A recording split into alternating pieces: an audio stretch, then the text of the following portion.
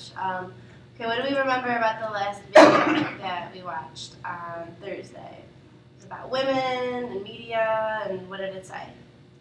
We're basically sex objects. Right. That it's from a very young age, we're just conditioned to, no matter what the achievements are, still be talked about as whether we're pretty or not. It also had some very good stats that our Congress is only 17% women, and we're not seeing that number grow as fast as it used to, and all the media executives are men, so the people making our laws and feeding us this stuff in the media are not women, so it's hard to equalize that. And I would also like to add, to be a successful woman, it's kind of advertised to us that we need to think like a man. So to even get up there, we need to shed all the things that would maybe progress it. To counter that, because there's a lot of views of all topics, there's different opinions and different approaches and different ways of analyzing it, I wanted to play this TED Talk. It's a forward-looking perspective on gender in the media, focusing with 8, not 7. Yes, because they're just, is it? What's the question say? There's no question, it's just the blank. Let me see what 7 was. I apologize. I was doing this really, really late at night. That's when all the good stuff gets done.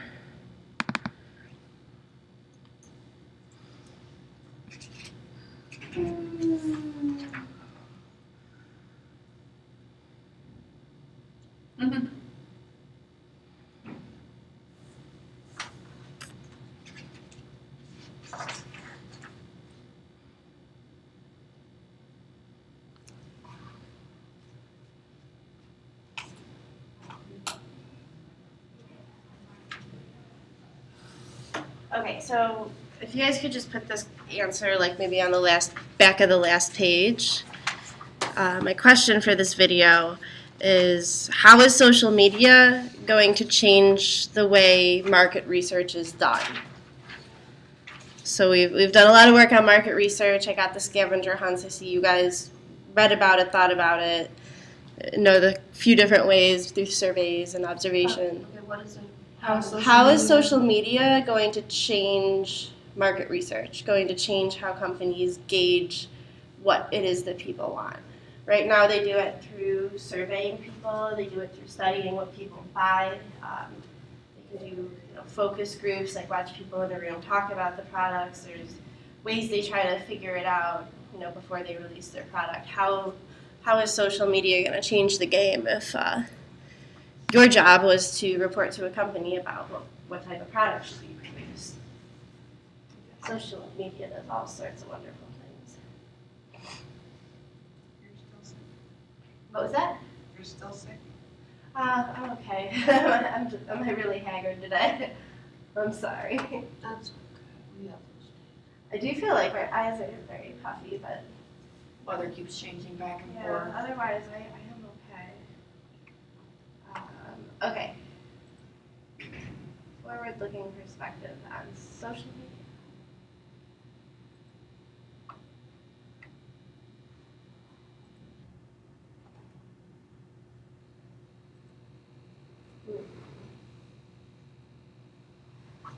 Hey, I'm not loud today.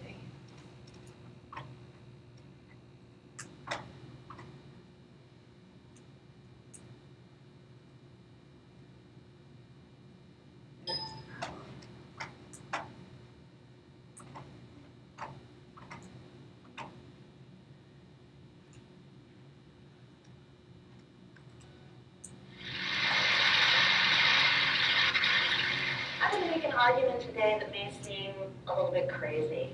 Social media and the end of gender? Let me connect the dots. I'm going to argue today that the social media applications that we all know and love, or love to hate, are actually going to help free us from some of the absurd assumptions that we have as a society about gender. I think that social media is actually going to help us dismantle some of the silly and demeaning stereotypes that we see in media and advertising about gender. If you hadn't noticed, our media climate generally provides a very distorted mirror of our lives and of our gender, and I think that's going to change. Now, most media companies, television, radio, publishing, games, you name it, they use very rigid segmentation methods in order to understand their audiences. It's old school demographics. They come up with these very restrictive labels to define us.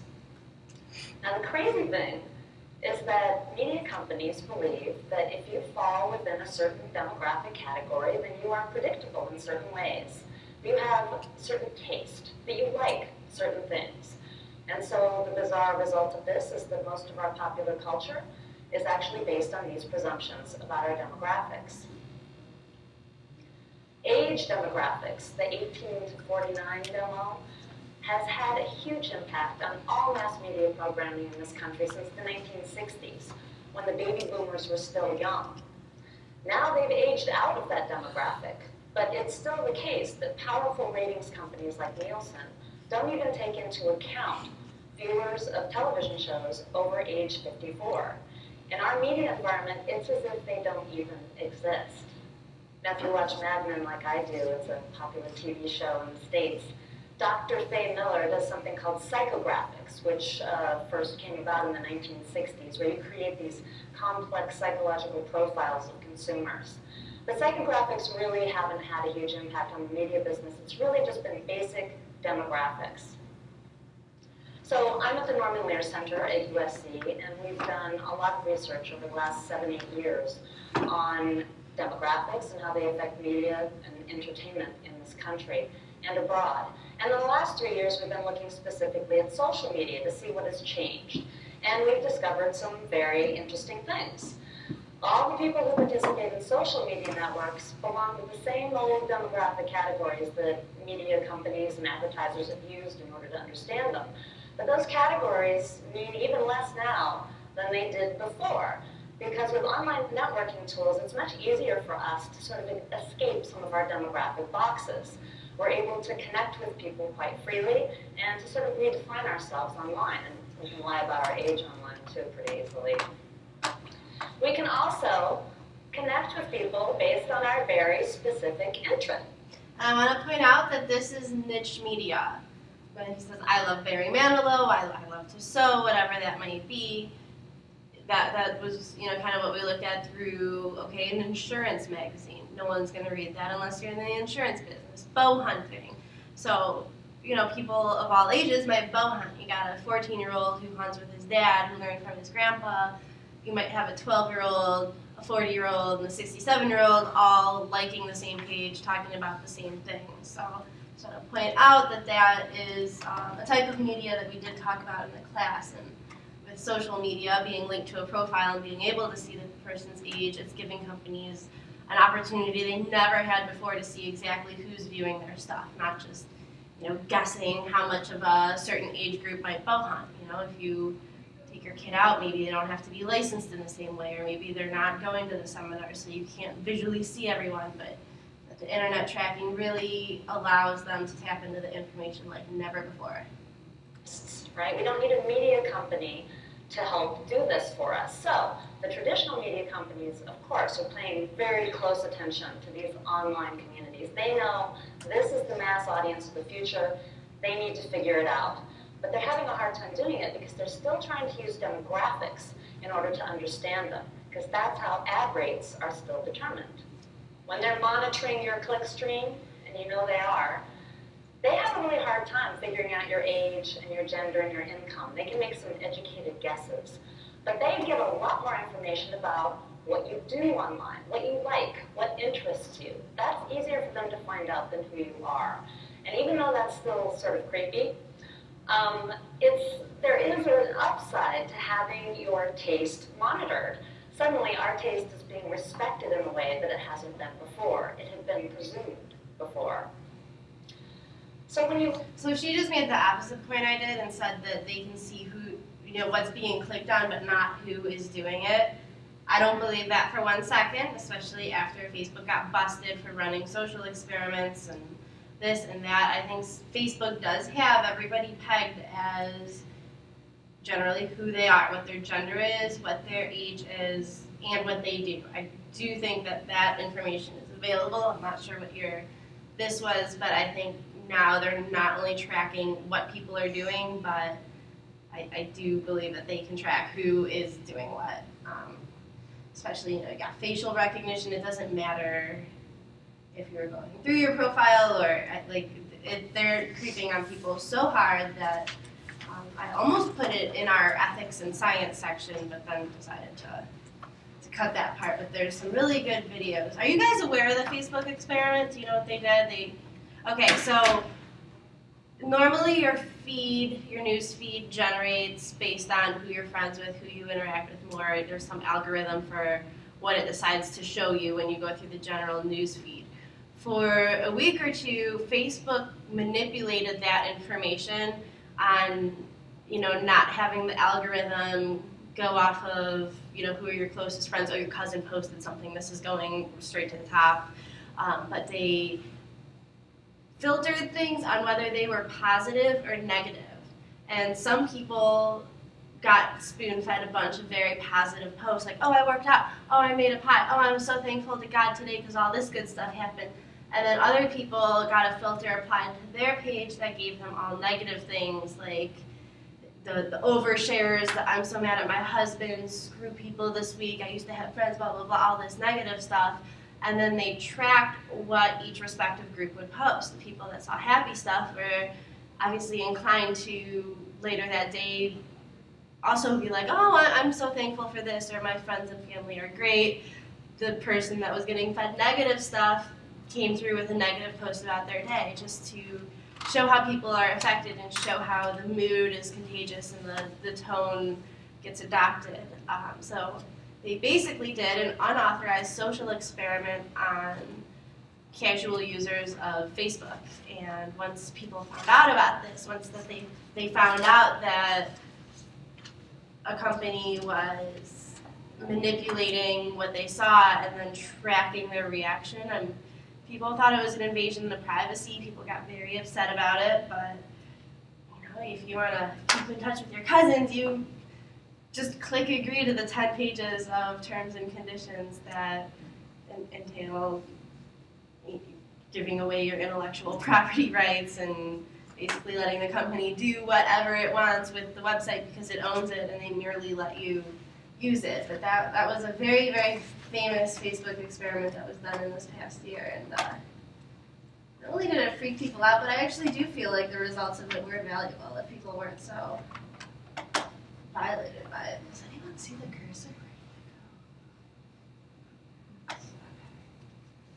So yeah, I do think since that information's come out, nobody's disillusioned into thinking that Facebook doesn't know how old you are and isn't keeping track of that because they got busted. Look online at the way people aggregate. They don't aggregate around age, gender, and income. They aggregate around the things they love, the things that they like. And if you think about it, shared interests and values are a far more powerful aggregator of human beings than demographic categories. I'd much rather know whether you like Buffy the Vampire Slayer rather than how old you are. That would tell me something more substantial about you. Now, there's something else that we've discovered about social media that's actually quite surprising. It turns out that women are really driving the social media revolution. If you look at the statistics, these are worldwide statistics. In every single age category, women actually outnumber men in their use of social networking technologies. And then if you look at the amount of time that they spend on these sites, they truly dominate the social media space, which is a space that's having a huge impact, right, on old media. The question is, what sort of impact is this going to have on our culture? And what's it going to mean for women?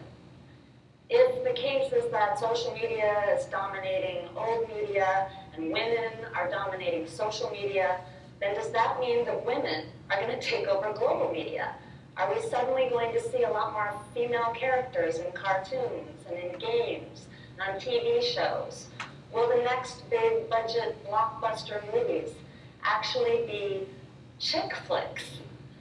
Could this be possible, that suddenly our media landscape will become a feminist landscape? I really want students. Well, I actually don't think that's going to be the case.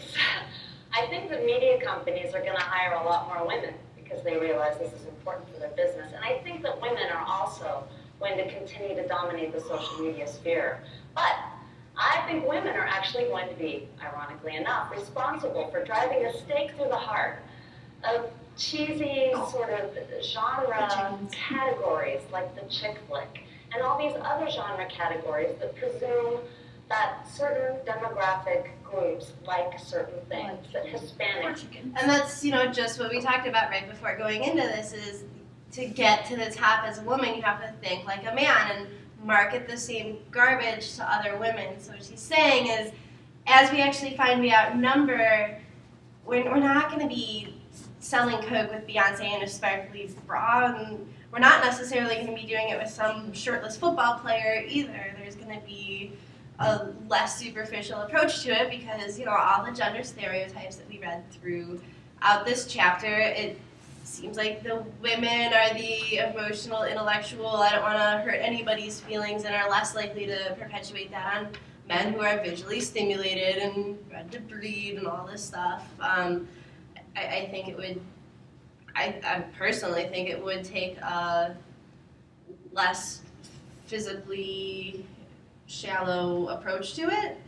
Hopefully also after, women have been stigmatized in that way for so long that we wouldn't turn around and force the same double standard on men with it. But, that is the hope of the future, not just that women hold these jobs and now everything's Barbie, but that women hold these jobs and now things are a little bit more gender neutral, that genders are a little less pinned against each other, that we come out with a show that we can put on at night and girlfriends and boyfriends, husband and wives aren't one or the other being like, ew, no, I don't want to watch that, it's a boy show or it's a girl show, that there's just good shows. Like Game of Thrones, that's an awesome show. Big Bang Theory, that's, can't really associate. On Channel 3 that is about dating, and it is so funny.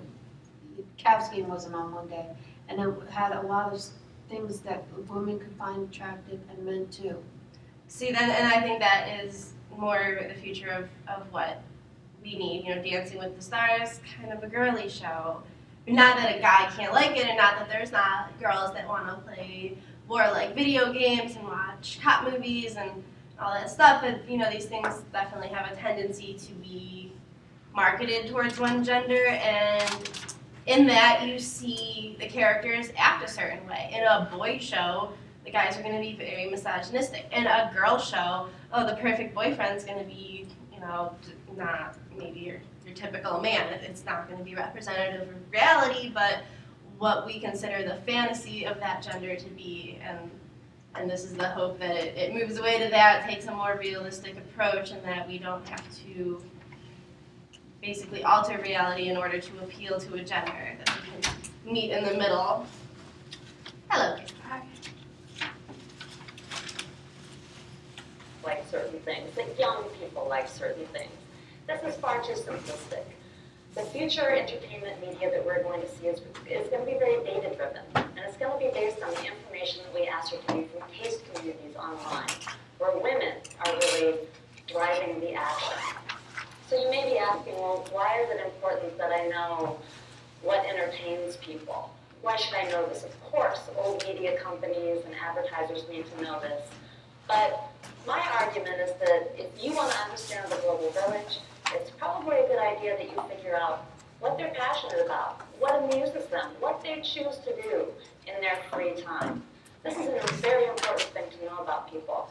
I've spent most of my professional life researching media and entertainment and its impact on people's lives. And I do it not just because it's fun, actually it is really fun, but also because our research has shown over and over again that entertainment and play have a huge impact on people's lives.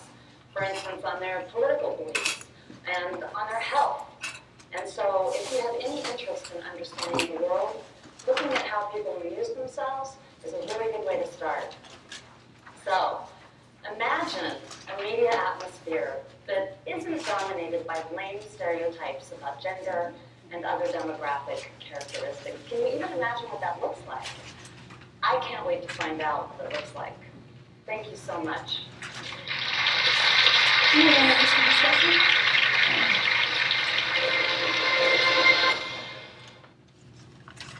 The Brooklyn Navy Yard is 300 acres on the Brooklyn waterfront. It was one of the most historic naval shipbuilding facilities. Some of our country's most famous ships were built here, the Maine, the Missouri, the Arizona. In its heyday, during World War II, the Navy Yard employed 70,000. 70,000 people every single day to come to work. That went as low as 1,000 people in the 1970s when things were really looking bad.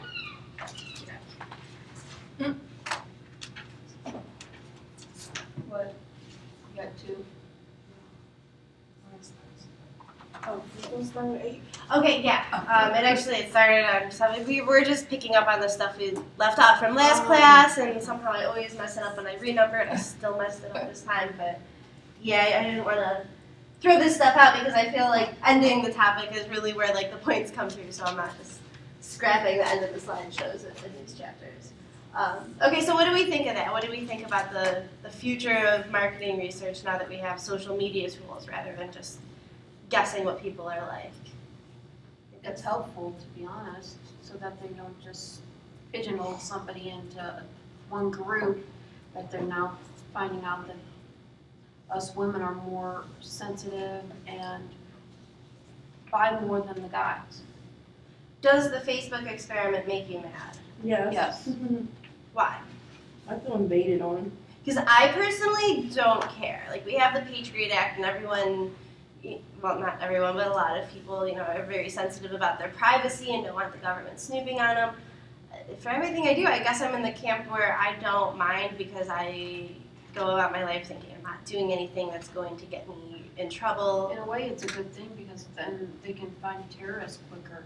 Because if they That's what it was made for. That is what the Patriot Because- Act is for, but they really haven't found anyone. So they're just Now, if snooping. they would have done more research on the woman that shot up all those people in San Bernardino, this wouldn't have happened. It wasn't planned through text messages. And knowing the Patriot Act exists deters anyone from communicating that way, or even people that deal drugs that are kind of sketched out by what might be found on their phone. They get very, oh, it has to be done in person, call me this. There's ways that criminals get around But then they observation. said that this is what I heard about the people over in Paris, that they did it over PlayStation. You can talk to people on PlayStation, just like, but then they said that they talked over PlayStation when they were playing games together. And that's not really And monitored. And it's not monitored, but my son would have heard it because of the fact that it goes all over the world. Because he can play with somebody from Brazil. He can play from anywhere from Brazil, any place that has access to internet. But you can pick your room and make it private, right? Mhm. You can just be, okay, we're just us three are going to be on this team, or have everyone in your terrorist cell log in so that nobody else can get on the team, right? But then if they want to play with you can link up their chats, so you can find out what they're saying. And on top of that, I was smart and I have a tablet that is hooked up to his account. So every time he DMs somebody or IMs or whatever, talks to somebody, I can see what they're saying. So I can keep track of their conversation. So as to your son, you are the Patriot Act. Yes, I know. Especially when there's some kids, some grown-ups that use the kids to get their money. Because, oh, you can send me $5 up from your account and I'll do this for you. I'm like, no. And I can stop it right then and there. Because I can deny your request. Hey, it's what have you. Has anyone asked him anything like that? Yes. People have asked him for money and stuff like that. Ooh, that's sleazy. I didn't know that was a thing. Because what I do is I go and buy PayPal money. They have a credit card that you can get And you can transfer And those you can in take- accounts. and use it as money on UMG, which is the website that he can play wagers. And he has a $5 limit that he can take out at a time. So that, say he plays the game for wagers and it's a $5 buy-in, he he can buy into 5, him and his group, and they can choose who wants to get the money, and then they play for wagers, and then they get money. Okay. So we don't feel good about Facebook looking at what we're doing and then potentially using that information to turn around and get our money. But not down with that. I don't have anything on Facebook. What was that? I don't have anything on Facebook. I don't Okay. post anything personal. What if they were just watching your internet browser, watching what web pages you go to, or seeing how long you stay on each page? I know, other than schoolwork, so they get really, really bored. Because I do schoolwork. I play I play a card app on my phone. That is about it. Okay. I'm not one for, I don't. Would you be mad at them for trying? Would you be mad if you found that there was a stream of that data going to a company that? Nope, they're gonna be really, really bored, because I'm probably the most boring person. in the See, world. and that's how I feel too. And maybe that's why like we're not so bad about it. Because I'm like, oh, you want to see me like text about what groceries we need, And or Right. And basically just ask people due dates on stuff like one thing yeah. I don't like about Facebook, say you looked at a pair of shoes, but you don't like them anymore, and it'll pop up with the It's shoe on. everywhere. And you know what? That ruins my Christmas shopping because I share my computers with like garden stuff and you know everything that I was looking at for him keeps popping up in the side. I'm like, oh, and It's I sort can of kind like- of tell when he's been shopping for me because I'm like, I wasn't looking at And sort of that like with my website. son, he already knows 2 of his Christmas gifts because he used my computer for Yeah. a couple, and it showed the items that I purchased for him. Yeah, it's nothing big. It was a blitz ball and a remote control for his PlayStation, so he can use it as a TV. But I'm like, come on. Or like one thing I thought of because there's various people in my life thinking about getting married and like I have my potential ring picked out. No one's that serious about it, but like that was really going to be a surprise, and then your girlfriend uses your computer and it's all like engaged. Like you immediately know. Like it really it's a ruiner of surprises as far as online shopping. That used to be the sneakiest way you could shop, not answering, you know, where are you going, what stores were you at today, having receipts around, like just to go online, do your research, figure stuff out, ruined. That stuff's all just up in your sidebar now. Not like I'm thinking about finding a hotspot because I'm tired of going to restaurants and they don't have Wi-Fi. Yeah. Sensationalism. This is something the mass media is very guilty of, especially in journalism. It's the use of exciting or shocking stories or language at the expense of accuracy in order to provoke public interest or excitement. Like the thing that we watched where they broadcast that aliens had landed and everybody started freaking out. So that was sensational. It was absolutely not true, so it wasn't quite in that journalism realm. It was posing as journalism, but that was a very sensational ploy that they unleashed on a city, and we saw the results of that. This is just a montage of just a lot of those ridiculous news stories that they usually tease right before the commercial to make sure that you will watch the commercials and then be there right when it gets back so you can find out, you know, how you're going to get salmonella this week or who's going to bomb us next. The thing that makes you want to stay and watch. They're not changed to another news channel. I have a question on this. It was just to name some of the sensational stories, just show me you watched it, and jot down a couple of the crazy teasers that they give.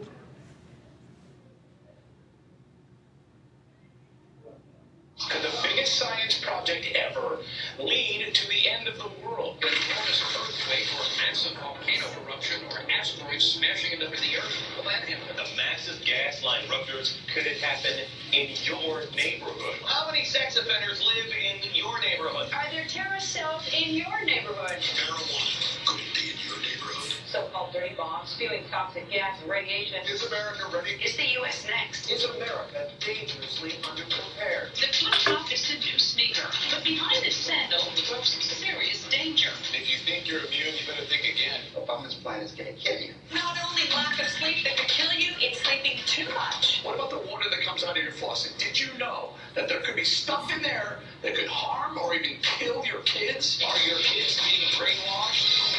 I'll tell you who's taking cues from the Nazis. A town in California is insisting that every second grader learns about gay penguins. Social engineering of America's children. We'll have global governance run by elites. We'll have our own little China workforce right here in America. Do 2000. Killer bees, the terror threat, the superbug, global pandemic, illegal aliens, gun restrictions, Right-wing terrorism. evangelical Christianity, Gay marriage. Death panels. The flip-flop. indoctrination, militia. Anarchy, chaos, and cannibalism. Gosh, we better wake up soon. It's or we're gonna wake up dead. Progressivism is a cancer. The Republican Party has gone completely brain dead. The far left does not want the USA to defeat terrorism. The Republicans want you to die quickly if you get sick. The left believes Americans are stupid. Republicans lie. You cannot be a liberal and a Christian. We have a village idiot in this country. It's called fundamentalist Christianity. Islam is a lie from the pit of hell. Atheists are parasites. There is a gay and secular fascism in this country. The Tea Partiers are misguided. I think they're racist. Racism in this country is the exclusive province of the left. Rush Limbaugh, overt racist. Everybody knows liberals hate guns. I think they are clinging to their guns and their religion. Our government is all evil right now. Barack Obama is the worst president in history. Do you think the president's anti-Semitic? I do. This guy is, I believe, a racist. In Scott Brown, we have an irresponsible, homophobic, racist, reactionary, ex-new model. Hollywood liberal is a Learjet limousine liberal that wants to tax everybody, be generous with everybody else's money. You know what our real problem is? A country full of Joe the Plumbers, crazed teabaggers, Criminal, illegal aliens, far-right cranks, far-left loons. Right-wing nut jobs, practicing homosexuals, Mainstream media, radical imams. un-American bastards. The Harvard elites, Gun nuts. tree huggers, yahoos, and brothers, Fabian socialists. Crazies, let's say. They are what's wrong with America. There's a lot. Wow. Yeah. Well, they do it every night. They gotta come up with one for, 9 in the morning, 5 at night, 3 in the afternoon. They And gotta if you have one watch- every time. And say, like Channel 8, if you watch it at 4 o'clock, they're saying the exact same stuff at 4 o'clock that they're saying in the 9 o'clock hour. And it drives me nuts. You watch the news, it's exactly the same. If they are on from 4 to, say, 6, they play the same thing over and over. And I think the angle that a person's going to watch news maybe once a day. Yeah. Like a newspaper releases one. But one thing that I like is one channel, instead of having stuff at 9 o'clock, they're putting 9 o'clock news, which helps out if you want to watch the news instead of watching TV. At Come 10. on in. I like that idea. Nothing's playing. I think that's cool how they have it at 9 o'clock instead of 10 o'clock, because sometimes you cannot stay up to watch 10 o'clock news. So another way that I feel like news is sensational is not just ridiculous coverage or ridiculous stories, but also over coverage of certain events, like when the Malaysian airline got lost. Yeah. That was on for a week straight, and not that that's not important, but there wasn't that much news on it. Okay, guys, the plane is gone. But they were doing ridiculous demonstrations and hypothesizing and actually letting people come on the air and talk about the possibility that aliens were involved, and that's not news. I get it, people are interested, they want to learn more about it, but if you have 5 minutes to maybe catch up on that a day and you turn the TV on to catch up on it at the point that they're letting the alien guy talk, you're not getting any valuable information, and they're repeating it and repeating it and repeating it. And we have the internet, we can just look up the last story that was posted in the last 6 or 8 hours to get the last update. You don't need constant coverage. Right now, San Bernardino, constant coverage.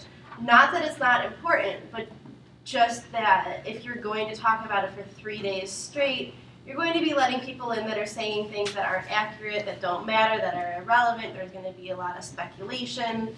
And I don't think that's a healthy way to report the news either, to sensationalize one event that everyone's interested in and just cover the hell out of it and really sacrifice the valuable information that you could just, give it in 5 minutes.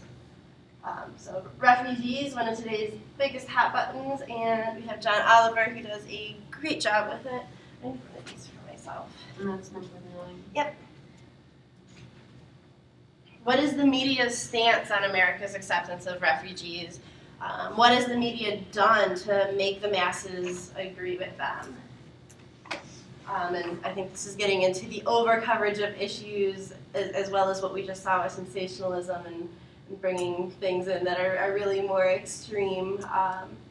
You know, are there unhealthy things in water? Maybe in that story there were, but to use it by it could kill your kids, really maybe striking an unnecessary amount of fear in the viewers. Europe. You know, that thing Belgium is in.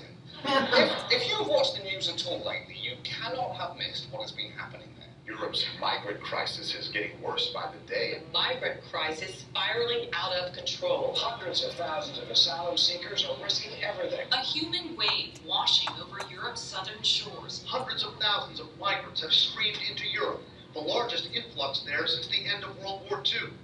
Wow. The largest since the end of World War II. And remember, millions of people back then were searching both for a better life and for the booth where it was rumoured you could slap dead Hitler.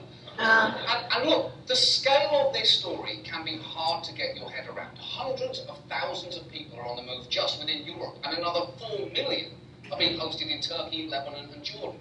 And when numbers get that high, they can be hard to comprehend. It's like when someone tells you the size of the audience of NCIS New Orleans. 17 million people? How's that even possible? How many Navy-based crimes could there possibly be in New Orleans? This doesn't make any sense. And when you are dealing with a mass of people that large, you really want to be a little careful with how you describe them. Unfortunately, David Cameron, noted alleged swine fellatio enthusiast, recently referred to a swarm of people coming across the Mediterranean. And that language matters, because a swarm of anything sounds terrifying, no matter what it is. If I hear there are a lot of kittens coming my way, I'm going to be delighted. But if I hear there is a swarm of kittens approaching, I'm grabbing a shotgun and I'm getting to high ground, because I'm not going to let those furry f***ers take me alive.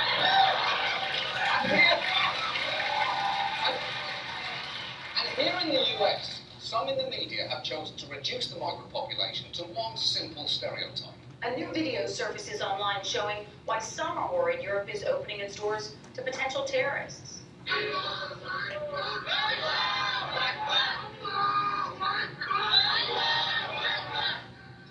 Those are reportedly Muslim refugees on a train in Europe chanting Allah Akbar or God is great. Now, to be clear, we're not saying that any of those people are terrorists or in any way affiliated with a terror group, but it does highlight just how many of these refugees who are fleeing violence in Iraq and Syria are Muslim. Okay.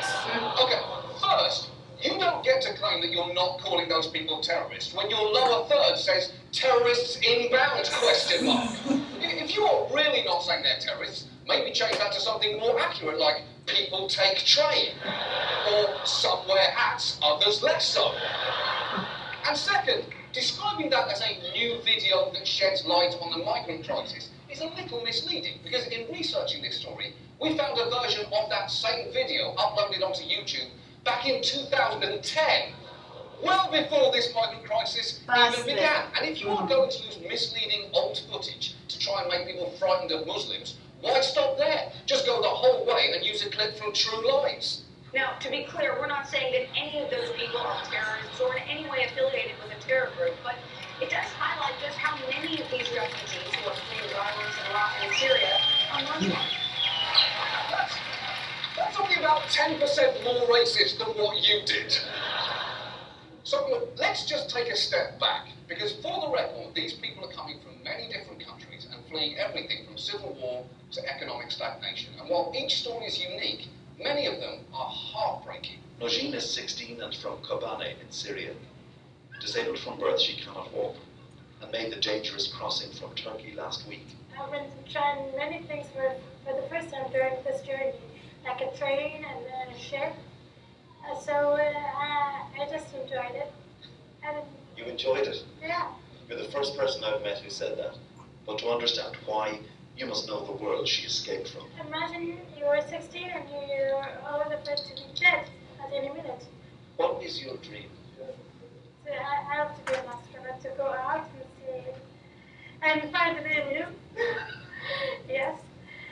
So I want to meet the Queen. Oh, I think that girl absolutely deserves to meet an alien and the Queen. And also, if she has time, a real human with feelings.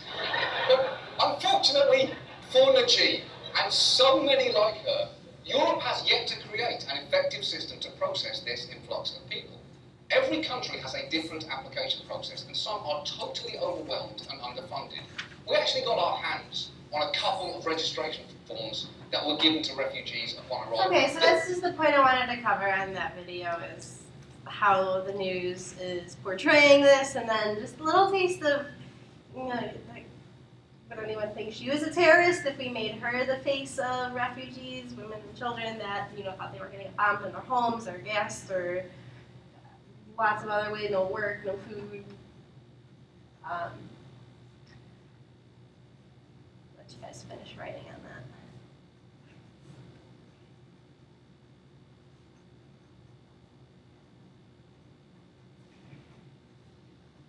And it's not just this topic, it's every topic that major news covers that perpetuates for weeks and months. It's the reputation of politicians and celebrities, what stories they choose to post about them.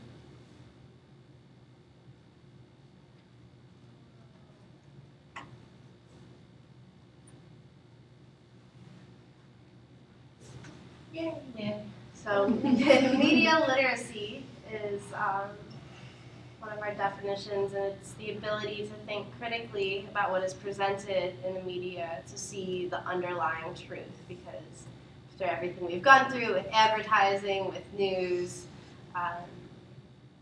you're not necessarily getting the truth. There is an agenda to either sell stuff or make you think a certain way, and that, if you were left in a room on your own with that product, you might not determine it's the one for you. If you were sent out in the field to research these issues yourself, you very likely would not come to the same conclusion that the media or that the news is telling you.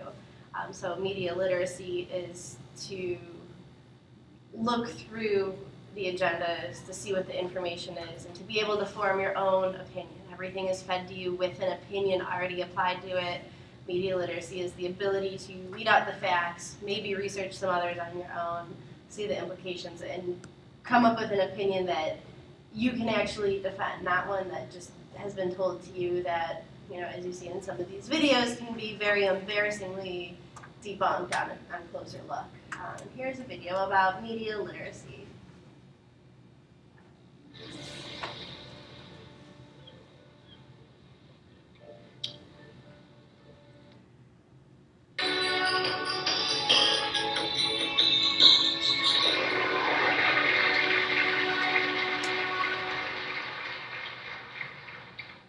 When I was growing up, I was going to be Wonder Woman.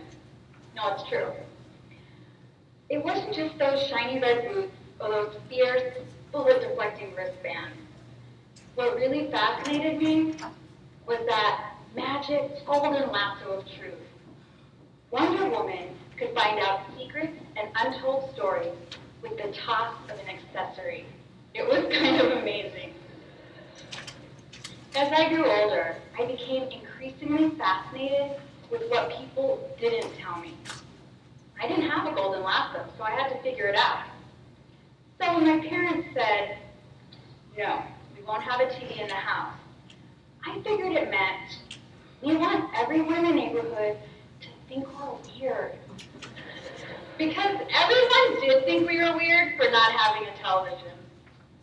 Ironically, it was my parents who gave me my first media literacy lesson. From my mom deconstructing movies like Cinderella or Flashdance, to my dad deconstructing television commercials, I learned early on to look for that untold story. One time, we were at my Nana's house. She had a TV. And a commercial came on, and it was one of those ads where a man gives a woman this large diamond ring. And she smiles, tears up, and the music swells, indicating that they are going to live happily ever after. My dad turned to me, rolled his eyes, and said, well, I guess I don't love your mom because I never gave her a diamond. It was comments like that that taught me media could be decoded. So from there, really as a media literacy educator was probably sealed by the time I turned 10. As a media literacy educator, I get to travel the country, teaching students, teachers, and parents how to deconstruct media. At a time when young people are interacting with media for over 7.5 hours each day, it's critical that they have deconstruction questions in their tool belt. And they can ask questions like, what is the text and subtext of this message? The text is what we see, a photograph of a young girl holding hands with an adult. We have 3 colored stripes and other information at the top, and the words reading, writing, color coordinating. The subtext is what we don't see. It's essentially our interpretation. And students bring their own opinions into the classroom, so they can each have their own answer. They love this. Subtext varies from, hey, she's learning about art, that's great, to, oh, it's so cute, she's dressed just like her mom, to, are they telling us that it's more important for girls to be worried about what they're wearing than doing math? That leads to an untold story, which is, what is the actual thing? Is it reading, writing, and color coordinating? No. It's reading, writing, and what? What is it? Arithmetic, right. Well, not all students know that. They're not the target audience, which is another important deconstruction question. Who is this message for? They research that, come back, and now we can have a conversation about a second untold story, which is that girls are nudged out of math with all kinds of products, like t-shirts that say, I'm allergic to algebra, and dolls that say things like, math is hard. Now the classroom can have a conversation about the collective impact these messages have on our culture, in job interviews, and our economy. Once students know how to deconstruct media, they have gained a superpower. And while they can't see through walls, they can see through ads, sitcoms, and even newspaper articles. Joseph is an 8th grader. He wasn't even participating in class until media literacy was introduced. His reason? Well, it's that media literacy connects school to my real life. So it's something I can use every day. Other students create counter ads on their final day of media literacy class. This is when they take an actual ad and sort of deconstruct it and reconstruct it to highlight the untold story. Okay, pay attention to this assignment because I'm offering it to you guys for 15 extra credit points if you want to bring that in next week. What? She's about to describe an assignment that she gives in her class.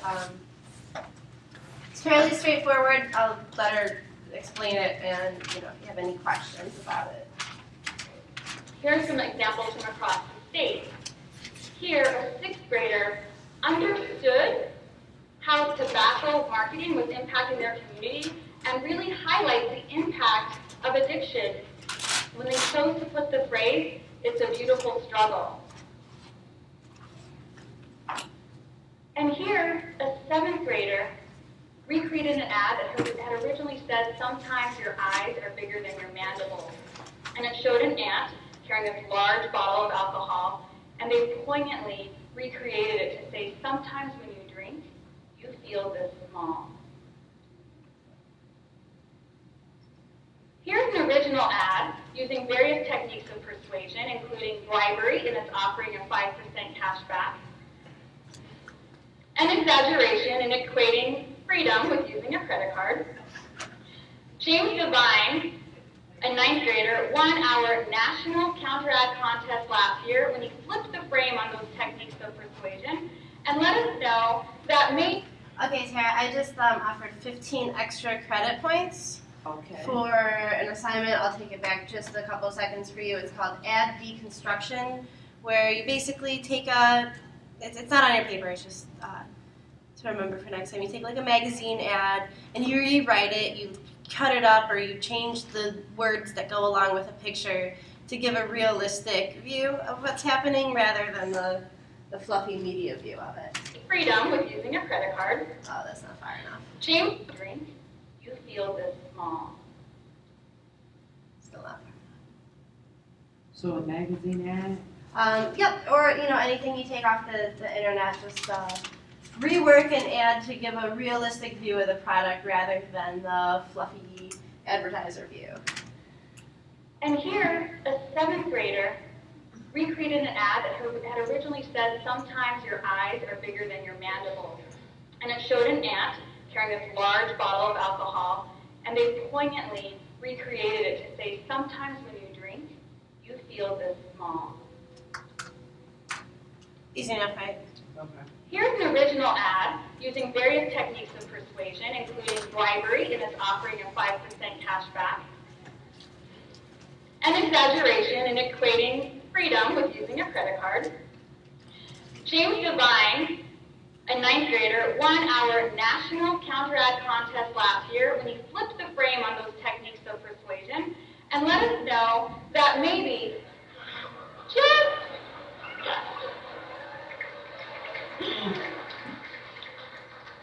and he let us know that maybe it's 100% corporate manipulation when that revolving door of debt is equated with freedom instead of slavery. Now that I've grown up, I still don't have bracelets that can deflect bullets, but I did get that golden lasso. Now let's make sure that each corporate manipulation when that revolving door of, and maybe it's 100% corporate. Okay, so it used to say freedom and then Chase, but he's changed it to slavery, consumerism, extortion is in bloom because it used to be a flower. It used to be 100%, I don't know, something, the interest rate. He changed that. The bottom, consumer, or chase, instead of it just being chase, it's chase consumerism, we win. So he changed words all over the page, and instead of it being a flower, he put the actual hands in there. That person just wants this crumply stack of money, which they're never going to get, and then that hand is, the corporate guy just grabbing it all up. We can tell from his shirt sleeve that he's in the suit, and then the more layperson, doesn't have But that is a form of slavery. a sleeve. But yes, keeps you trapped, keeps you working. Money is a form of slavery. It is. Money or credit? Money, credit is all a form of slavery. We all want it. We all need it. It's a necessity in life. It's not, if you don't have money, you can't live. You can't eat. You don't have no place to go. And you need credit to also get some of these things that you need in life. You need credit to get home. You need credit to get a car. So yes, cash and credit are their brother and sister that can't be without their twins. So you need both of those. So yes, it is a form of slavery. Really no way to escape credit with the American dream unless you come from old money, right? Right. That's why we see this revolution with tiny houses. We got reality shows and documentaries, all sorts of things on those because you can do them for a few $1,000s and then you're free. And then also you don't have room to put all this crap. So it's like this new kind of revolution that people are adopting. Like, I don't need 10 different pairs of jeans. I can just go to the laundromat every other day. I don't need my own washer and dryer. I can get in my car, go there, go out to eat, like all this extra freedom you have with money to experience the world when you don't have a mortgage. Some of the fun stories I've seen is a kid bought, you can do it with just a trailer hitch. You just need something that'll like link up to a truck and then you build the frame and everything on there. He built himself one for like $2,000 or $3,000 and took it to college with him. Found a place he could put it and saved on all that debt that he would have been in for staying in a dorm. And that thing's like practically the same size as a dorm and you don't have a mate living right above you doing God knows what, whatever hours. It's a tiny house project that this school's doing and they're giving it to the homeless. Yeah. And so that they have some place safe to go because they give them their own lock and Mhm. key so that they have a home. And that is so important. Like, yes, if you allow them to lock themselves in somewhere, yeah, they might do drugs, but they also might not get killed. It's like, rehabilitate. You can't just leave them on the street. Like, they'll do drugs there too. So that whole stigma of like, oh, we can't let you in a room alone, it's absolutely insulting to human dignity. It's completely heartbreaking, and yeah, that's awesome. What city is that in? It's in upstate New York. Okay. And or they are given those storage containers. Mhm. They have like the that they bring over. Storage container houses are awesome. You can make awesome And then houses they have out it of up those. down in what do you call it? Las Vegas. They have a storage container village where they've put businesses like a coffee shop, a bar, and stuff like that, and it's all on the storage containers. And how they've made it, they can go up here and here. Yeah, they're awesome. They're geometrical. People build anything from, you know, one or two of them side by side as like their house And there's to more substantial entire than- stacks of them. And the thing is, we have millions of these things that end up just sitting. Once the sizes change or the specs change, these things just sit around, and they're just made out of pure metal. Everything. Yeah. Yeah, the store, it's not only a good way to recycle, but a good way to not have to use more materials. Use wood, which we gotta stop chopping the forest down. They can use bamboo. Yeah, and marijuana, but that's a loaded question too. Is like that hemp paper and rope is and material. Like I just got a bamboo running shirt. It's amazing. It feels better than cotton. It's like stretchy. It's soft. Like, and it's one of the fastest growing. It's more sustainable than resources. wood, and it's stronger, and it's one thing that termites cannot go through because it's so tough. Oh, I never thought of the termite thing. That's Because a good point. I watched it on TED Talk. A woman, she does all of her construction on bamboo. Yeah, I mean it's growing. It's a growing field, but it's like you've got those big industries, the big lumber industries, and they're not gonna let their claws out of the money anytime soon. It's a giant to try and tackle. And he let us know that maybe it's 100% corporate manipulation when that revolving door of debt is equated with freedom instead of slavery. Now that I've grown up, I still don't have bracelets that can deflect bullets, but I did get that golden lasso. Now let's make sure that each student gets theirs, so that those 7.5 hours that they interact with media become a daily opportunity to connect school to their 21st century real lives. Okay, you guys want to take a break? Yep. Okay. So that's going to be the end of our media talks, and we're going to come back and talk about science, Alex's topic for today. Science, start with a history lesson. Just gave you 3 very straightforward questions about it. Really mirrors the book, you know, Copernicus, and started basically the revolution with discovering the solar system. That's the thing we were most attracted to as far as figuring things out. And some good imagery. I just like saying his name. I like Copernicus. Nicholas Copernicus.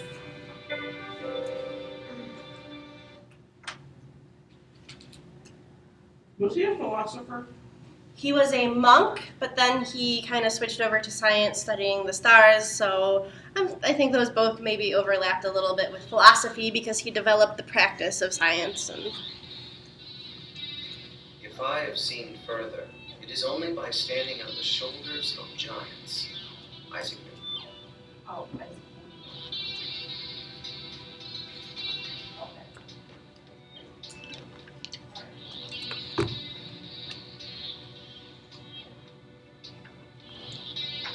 questions 1 to 3, you didn't miss anything yet.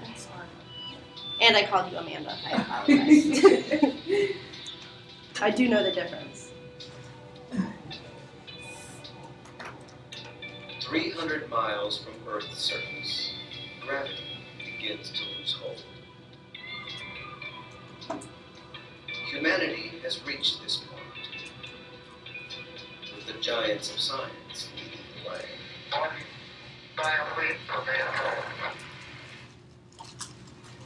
Soon, an unprecedented eye in the sky will open a window on the creation of the universe. The Webb Space Telescope will rocket 1,000,000 miles into the void. The web will replace the revolutionary Hubble, allowing us to see through space and time. The Webb telescope will look backward nearly 14 billion years, giving astronomers a glimpse into the secrets of creation. Strange as it seems, this lofty arc began only 5 centuries ago, when a Polish monk peered into the sky. His theories would spark the scientific revolution and launch mankind on a fantastic voyage of exploration and discovery.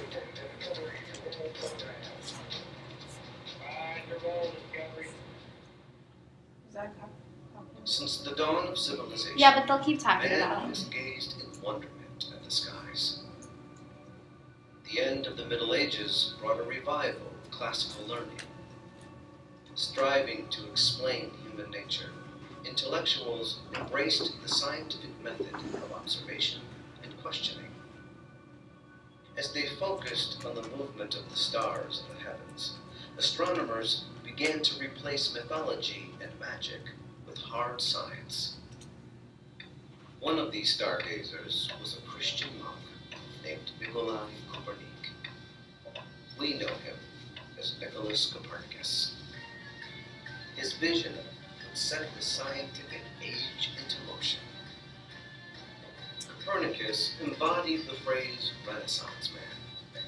Cleric, physician, translator, mathematician, diplomat, jurist, economist, and governor, even a warrior.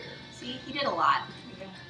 We know the name Copernicus half a millennium later, not for these accomplishments, but rather because he charted a new course for humanity.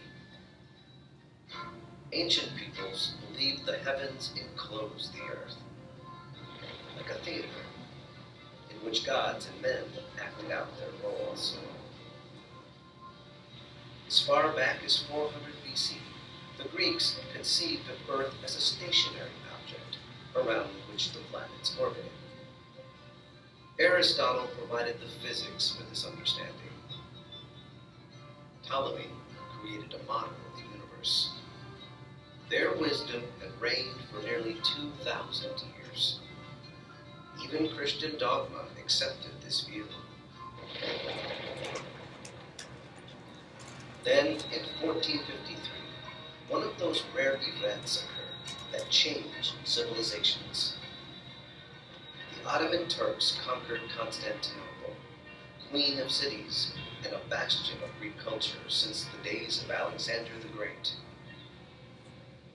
The city's scholars fled west. They brought with them ancient knowledge that took root as Europe was coming into a new and questioning age. Greek and Byzantine ideas inspired Renaissance thinkers to challenge Aristotle's physics.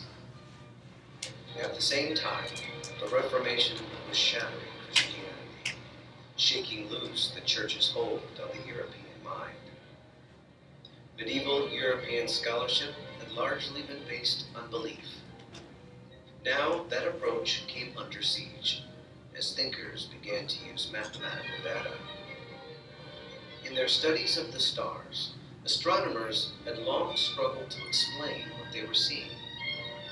What caused the sun to appear to travel east to west each day? And why did the planets seem to track eastward across the zodiac? Nicholas Copernicus reasoned that the Earth might spin, causing the sun's flight. And if the Earth moved in a circle around the sun, that would explain why the sun seemed to travel across the zodiac. In so many and such important ways, then, wrote Copernicus, do the planets bear witness to Earth's mobility. But Copernicus was reluctant to publicize his ideas. The Church denounced thoughts that conflicted with its doctrine as heresy, a sin, and a crime. To fight such challenges, the Church devised the Inquisition. Copernicus had no illusions about how inquisitors might treat him and his theories. Copernicus kept his theories largely secret until he was 70 years old, His book on the revolutions of the celestial spheres was not printed until 1543. The first copy was placed in his hands as Copernicus lay dying. Soon after, European scientists began to embrace his ideas on circular orbits. In 1572, astronomer Tycho Brahe stared deeply into the sky over his native Denmark. What he saw blew his beliefs apart. Brahe was seeing a supernova, an exploding star. Before his very eyes, the universe was changing. To learn more, Brahe built an observatory. Soon, Brahe compiled data on Mars and its movements that appeared to challenge the Copernican theory of circular orbits. In 1604, Johannes Kepler, a student of Brahe's, observed another supernova. Kepler formed his first law, that planets orbit the sun not in circular, but elliptical orbits. In the spring of 1609, Galileo Galilei stood before a new marvel, the spyglass. Galileo was a devout Catholic, but he was also an avid scientist. He improved this new tool by grinding lenses that increased its range by a factor of 30. With his telescope, Galileo looked further into the night sky than anyone before. He saw craters dotting the surface of the moon and spots on the sun. Galileo saw moons orbiting Jupiter. He observed Venus moving through phases much like the Earth's moon. This information persuaded him that Copernicus was right. Just as Jupiter's moons orbited that giant planet, other planets like Earth and Venus must therefore orbit the sun. But trouble was looming. Galileo's findings were explosive. They buttressed Copernican theory, which the Vatican condemned. The questioning minds of the Renaissance were confounding the Church in its long-held teachings. With science, they had proven the Church wrong on a most basic concept, that Earth stood at the center of God's universe. The Vatican scorned Copernican theory as only offering a mechanistic means of seeing the world. Science showed how things worked, not who designed them. Determined to silence Galileo, the Vatican put him on trial. A church tribunal convicted the scientist on the charge of grave suspicion of heresy. That crime was punishable by burning at the stake. To escape the flames, Galileo partially recanted. He was granted a reprieve, house arrest, for the remainder of his life. As his sentence was read aloud, a still defiant Galileo muttered, "Yet it moves." The Church tried to smother scientific illumination, but the spark of the Copernican revolution had set fire to the European imagination. The world was changing. There would be no turning back. In 17th century England, Isaac Newton would ask, what propels Earth? Newton applied the latest mathematics to matter in motion. Not only did he show that math was the language of the universe, he proved the existence of gravity. From Newton's shoulders, the next giant leap came in the 20th century. Albert Einstein introduced an entirely new way of understanding gravity, space, and time. Einstein's revelations about special and generalized relativity That's all for led this video. scientists to wonder whether any theory could stand forever. Einstein I like started out Einstein. thinking Oh, yeah. that the universe was static. I think it's funny his teacher said that He rejected a radical he was going to amount notion to nothing. forward by Georges Lemaitre. Lemaitre, a Belgian scientist and Jesuit priest, said the universe Our was education ever system expanding. is He Testing imagined geniuses. Genesis-like Did I miss the event ice in which a cream? primeval explosion of Yeah. dot particle Phone a sent friend. all matter racing into space at terminal velocity. Which At one, first, number 3? Einstein Existence of gravity. dismissed elementary Gravity and that he, But then he read the work of that the the American Earth, astronomer math, Edwin and Hubble. development. Hubble explained the relationship between velocity and distance in a way that strongly supported Lemaitre's concept. In a public about-face, Einstein endorsed Lemaitre's theory of an expanding universe. Gradually, the scientific community came around. I like that movie, Young The Einstein. Big Bang Theory, as it was With modernly Yahoo called by series? English Yeah, astronomer it's called Fred Larry. Hoyle, seemed to be the likeliest I'm a Madam explanation Curie. of the creation of the universe. In his research, Hubble, later known as the pioneer of distant stars, showed the I'm a universe science to be far larger than anyone imagined. The Looks Milky like Way that. was only Science one and of history. countless galaxies. These discoveries only raised more questions. Einstein died in 1955. In his wake have come clashing theories. He's one of my Some squeezing say the universe did take shape in a Big Bang. That a Big Bang would destroy it. Others maintain that the universe always has been and always will be. Even so, we can clearly see how Copernicus literally turned our perspective inside out. No longer was the Earth at the center of creation. It was said that divine authority had been replaced by experience, experiment, and observation. Today's Catholic Church accepts the findings of Copernicus, Galileo, and their colleagues, largely embracing the science it once sought to extinguish. The Webb telescope will launch in 2014, replacing the mighty Hubble. That's old news. Okay, so there's a quick 15-minute review of the big guys that started science as we know it today. They met a lot of opposition along the way, right? No one wanted to have a new view come in, mostly because the church didn't want to be. So religion and science don't always get along. It used to be maybe more about control or pride. Now I think it's more about ethics, and people that follow religion think that there's a certain purpose for humans and that there's lines you shouldn't cross, like cloning, making nuclear bombs that can be used for mass destruction if they're in the hands of the wrong people.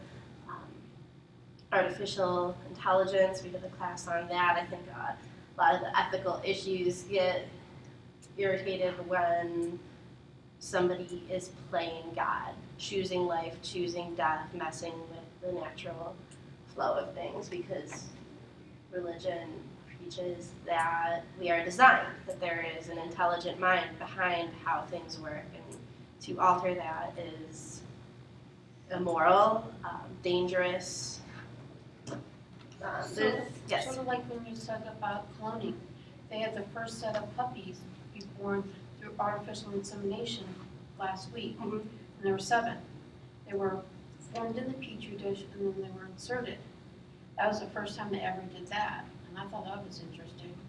Gives, for people that wanted puppies, a chance to get like a perfect breed. Don't even get me on that subject, man. Oh, I know. I mean, we talked about that. Like, what What about would the a ones that- perfect breed do to the older generations if they were more Or immune to say diseases? if they have a puppy, a dog that's trying to have big puppies, but it's having difficulty, they can help it out. Yes, but why help dogs have perfect puppies when there are other dogs out there that need homes? I know. That's what drives me nuts. I worked for PetSmart for 15 years. Puppy mill puppies. You got puppy mill puppies in there. I saw dogs that were so skinny and disgusting because people just would leave them outside because their dog accidentally had puppies. If you get your dog spay or neuter, you're not going to have that issue. But then there's people, I have a purebred pug. I ain't gonna lie. And I love him to death. However, I rescued my purebred pug. I didn't say, hey, can you breed your dog so that I can have one of that purebred dog. I rescued mine too, and I don't know if I would seek out a designer puppy And when I can go to the kennel and find one. Labradoodles and things like that. Now they're putting them in the AKC, and it's a mixed dog. I know, like they're How months can you we're do that? inventing breeds. I know. Believe me, I know. But Hey, and then there's the I like argument though. Oh, I have nothing wrong with those dogs, but I'm just Those are saying, pretty dogs. But why to put 'em you're in gonna with- spend $5,000-$6,000 on a friggin' Labradoodle when it's a mixed breed dog? I mean, yeah, now on that aspect, I totally agree. But I'm just saying, technically, why can't y'all just leave animals to be animals? Every breed and everybody, including humans, are mixed breed people. Nobody Very is true. purebred. Right, they So- all started as wolves. Yeah. So how did the Yeah, original they all ones are get a in part there? of the wolf family, and they, and we as humans, we domesticated them to help us. But now that we're no longer using them and they're more of a family pet, I don't think you need to extend your resources on artificially inseminating a dog to have a perfect puppy. Well, see, versus where that money could have went somewhere towards some cancer research. Exactly. Towards somewhere else. And yes, there's dogs, and then, it's a lot of breeds out here that are people out breeding dogs that get a bad rap that don't get homes and they're euthanized. That's not fair among, I think as people, we've taken over the animal kingdom. And I'm like, it's dogs that need homes just like it's children in foster care need homes. People go. Well, I'm not having babies. But but it's just but the thing that kills me about people is that they will go to a foreign country and adopt a foreign child. Not saying that they don't need a home either, when there's kids right here in America that need homes way more than that. Now, I'm not saying just because you're in a third world country, you don't deserve a home. But we need to take care of our own home first before you go out extending your hand. I think people get scared of the law. Yeah, and it's like, And we're not helping it's like here. we don't want to work on us. We want to work on everybody else. I think in those situations, people want a permanent child, and they get very scared of the foster system and very scared of the rights that American parents might have to come back and try and get their kid. Like, what's scarier than that? Thinking you're gonna commit and then I totally agree, because people go through things, and unfortunately, children being here, they're blessings, they're gifts. Some are planned, some are not, but that does not stop them. But I just feel like if we love our children, and if the parent wants to come back and claim their child, they have all right to, but you can't get mad at that person for wanting to do that. What you can do is reflect on what you did in this child's life to make them grow to be a better person. Yes, life happens. Nobody's guaranteed tomorrow, let alone the next 15, 20 minutes of their lives. But making an impact on somebody is like a great thing. Who knows, if you're not being a selfish person and coming to get your child and respect these people for helping raising your child in your time of need and finding yourself, it would be bigger families. It would be more correlating of a village. It's like they can still go and talk to that foster parent or their foster mom or dad, because I'm sure at that point there's still another mom and dad. Just because they didn't birth you don't mean that they didn't raise you. And that they don't love you. And they don't love you any less. I mean, if they wouldn't be out here putting their love life or their love on the sleeve to help somebody unfortunate. And I think that's what we're all scared of. We're scared of committing ourselves as some selfless act. If it's, it just can't be selfless anymore. It just can't be about the heart. It just can't be about caring anymore. So I think that a lot of things we do as humans is just why? Like, for what reason? How is that benefiting us? How is it benefiting us taking a petri dish full of puppies and sticking it in another dog's womb? Where is that benefiting us as people? Where is that advancing us into science? Well, I think it's good for science. What you're saying is maybe it's not good for general practice, because if that can be applied to, which it kind of already is, like we have a lot of GMO stuff going on, but as far as breeding farm animals and raising food, I mean, a lot of our animals are for work and for food, and I think that's too, we need to cut back on a lot of that. We need to cut back on using animals just for food. I mean, it's other, food resources out here. It's one of the most overlooked things about global warming. And I'm like, we're overpopulating, we're over tearing up this planet, we're destroying it. Just like right now, we're sitting in December 15, and it's 60 degrees outside. Like, that don't make sense. Like, it just, I mean, people can see the things changing in front of them and nobody wants to do nothing but you want to talk about other issues that's not irrelevant. And I think, making puppies of a selective breed is pretty much non-irrelevant when we're overpopulating. When I've just watched today on my way coming here, 7 deer, big old deer, walking across the street, trying to find food. And then people and it was just so crazy because I'm sitting there and I'm looking and the guy across the street is just, like, why are you mad? They have nowhere to go. Why are you mad at them? Oh, I got somewhere they can go. In Mont Belly. Okay, let's see some of the I'll eat some opinions. deer. I'm not eating Bambi. Let's look at some opinions on religion versus science, and then I would love for you guys to argue about this a little more and see like where the line is, or do they even conflict at all? And if they do, is there a way to make everyone get along, progress science, and still respect beliefs of people that think there's not lines that we should cross? Yeah, I don't think science and religion mix. They're like all. Is this for question 4 too? I was just about to check that. Name one of the misconceptions. Yeah, I don't think science and religion mix. They're like oil and water. Modern science seems more No questions on nowadays to disprove God's existence. As a scientist, my faith is something I believe. My science is something I can measure. This is just kind of a summary of how different people feel about the topic. Science deals with things that you can prove, and faith deals with what you believe. Well, you have two different worlds. You have the science, which is fact-driven, and you have the Bible, which is faith-driven. Well, I don't know why you want to bring the two worlds together. I don't understand why in the community those are so separated. I mean, from what I've seen, it seems like theologians don't get along with scientists.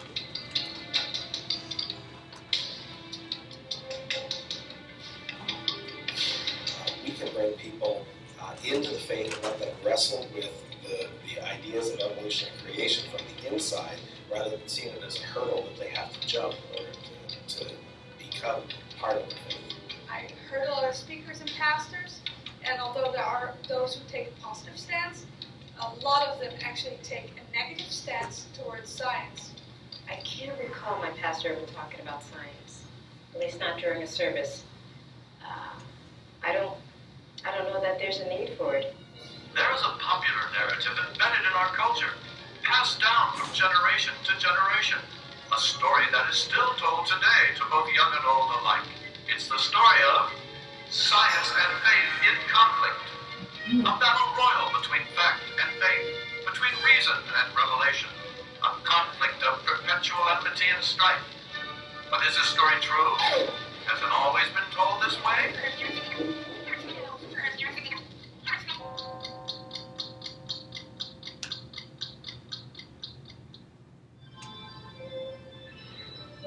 I had the intention of becoming a theologian, but now I see how God is also glorified in astronomy, for the heavens declare the glory of God. It is the perfection of God's works that they are all done with the greatest simplicity. He is the God of order and not of confusion. The more I study nature, the more I stand amazed at the work of the Creator. Men became scientific because they expected law in nature, and they expected law in nature because they believed in a legislator. Science can purify religion from error and superstition. Religion can purify science from idolatry and false absolutes. Because the world is God's creation, it is worthy of study. God is not a God of the edges with a vested interest in beginnings. God is the God of the whole show.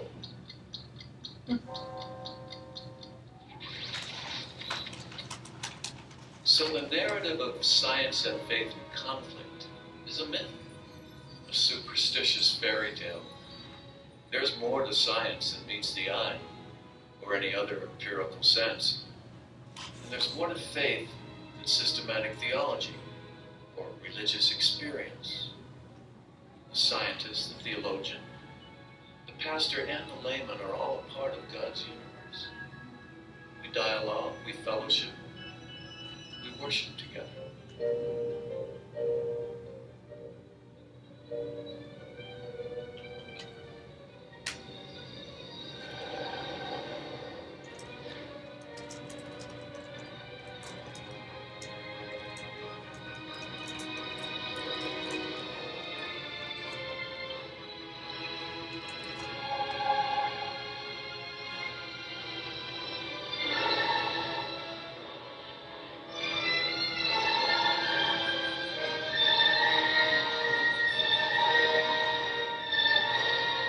It's like so dramatic. Silence.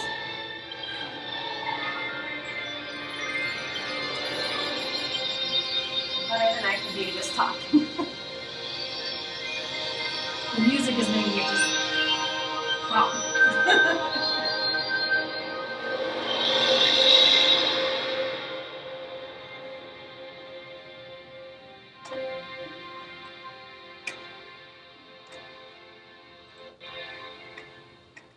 Okay, so just to summarize, this introduces a view of a lot of people who are like, yeah, these two things just they can't mesh.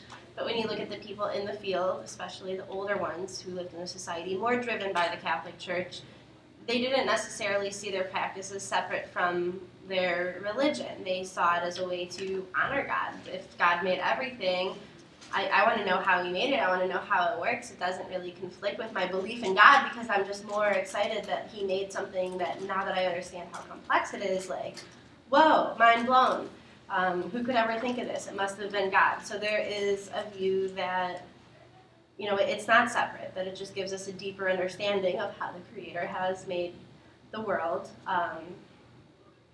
It doesn't really solve the question going forward of how to apply science because that's its own moral issue, but I just think this does a good job that at its roots, they don't have to be two separate ideas. I think religion, you know, is run by grumpy old men back then, and they didn't want things to be changed because of pride and because of control. You know, there's corruption through all religions at certain points, all governments at certain points, and I think suppressing science was part of that in the Middle Ages. But moving past that, and in our modern view, we can definitely appreciate the view that, you know, God has always been portrayed as being up there, up in the heavens, and that's kind of where science started, is trying to understand that more, maybe to reach a deeper spiritual connection with the universe. So knowledge is power. I don't think we should close our eyes to it. Any opinions on that? I totally agree. I agree too, honestly. I believe that you can put science and religion together because, I mean, if you're going from the two aspects, I mean, they always poke holes into each other. However, it all comes back to the same thing, and it's just, you know, what you believe. So, and knowing how things work doesn't dispel the idea that somebody made them work that way. So, right, not necessarily in conflict there. That's why maybe I think dispel some of the stories, and we're going to look at creationism a little bit. You know, wanting to believe it, you know, by the word of the Bible rather than it being a metaphor was actually how the earth formed. That's our next club. You made it like a meatball. No. Right.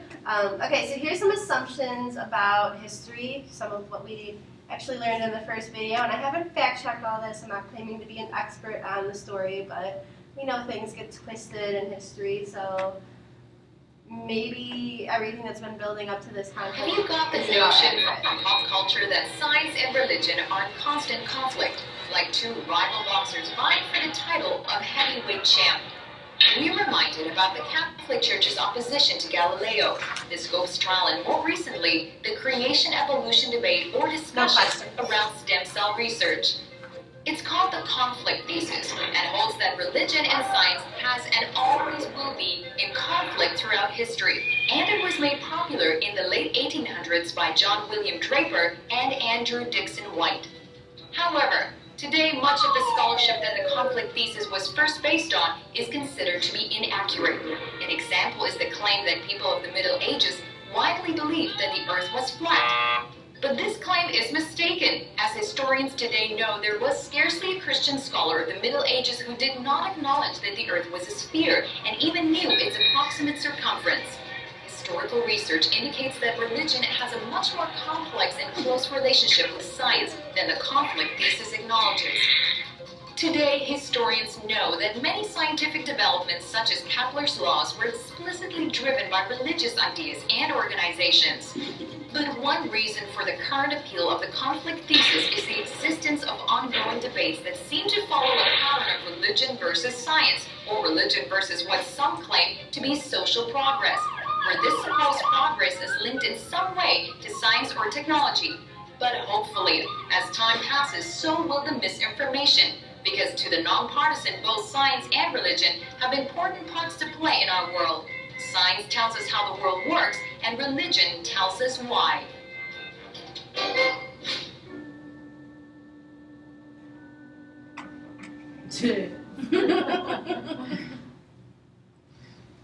Okay, so there's some different ideas and some different versions of history that show maybe just these current debates perpetuate us thinking it was always this way or it can't be any other way.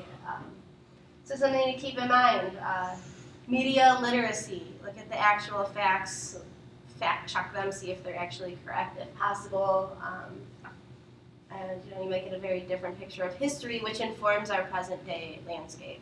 I just think that sometimes, though, too, that science does try to shift away from God. Mm-hmm. And they do try to, not saying that, you want answers to what is not wrong, but I do try to think that they trying to prove that God at times doesn't exist. Like, there's a lot of people that have that goal in mind. And I mean, you know what, I'm not saying that, of course we've never laid eyes upon God or knows what he looks like, but at the same time, I just don't like the fact that you try to kind of contradict religion. And sometimes why, ask why, you can just always go to sometimes get a why. I mean... Well, those are empiricists, one of our vocabulary words. An empiricist is somebody that only believes in what they can observe, think, feel for themselves. And there's a worldview that religion is harmful because people follow rules without there being any hard evidence behind it, like Jewish people not eating pork, or believing you shouldn't have sex before marriage, or you shouldn't have blood transfusions. There's all sorts of different religious rules that some religions follow, other religions find no basis in it. An atheist doesn't follow any of them, and they just think that religions, and this is true, pit people against each other and cause very brutal wars and disagreements that did not need to occur, and that society would be progressed if we could adopt some universal But morals. that's male dominance control, though. And religion, at the end of the day, I think gave people faith and something to believe in. Outside of me just going off of your word or feeling what you think is right, I mean, right is right, wrong is wrong. I don't care whether you put religion or science into it. It's just being a human being, you have to have limitations. You have to have a point to where you need to tell yourself to stop. So I think, too, the science aspect of it, I like it because I'm not going to sit here and say I don't like science, because I do. I mean, it's an inquisitive thing. It's something, it's knowledgeable. You're teaching yourself something. But, too, I would never remove God from that. Because, I mean, yes, religion is control of the masses, but it's how you use that control. Am I conveying the word of God, or I'm conveying the word of self? Because conveying the word of God, you judge no one. You come with a pure heart. You treat everyone as your friend or family. So just because people always want to throw religion into it as a control factor, it is. But at two, sometimes even as we as people, even though I am following a religion, doesn't mean I'm totally going to go about what they say within this religion. Because that sometimes I don't believe you are completely, totally right. So I can disagree to agree with you, even though we are following the same religion. And that's where, I think it's the separation of the masses at. Some people agree with certain things and still are religious, and some people do agree with everything that's written down in the book, but I don't believe that the book is totally believable because it's written by man too. So we all know what creationism is. Is that something we're familiar with?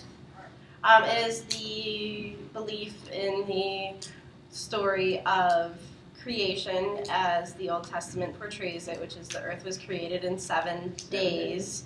And people very strictly believe this, and it's Texas especially. There's a lot of by-the-book Bible thumping Christians in Texas that want it to be taught in school that this is the fact, that people and dinosaurs lived simultaneously. Not to teach evolution. That's basically the crux of creationism, is to get evolution out of school. They don't believe in that. They don't believe that we crawled up out of the sludge as microorganisms and then sprouted feet as lizards and then died in a meteor shower and then what survived bred into mammals and then apes, and that they don't want that progression taught. And that stirs things up a lot because there's scientific evidence of that. And because you can... Now, one thing I will say on that point, I totally do not agree that we came from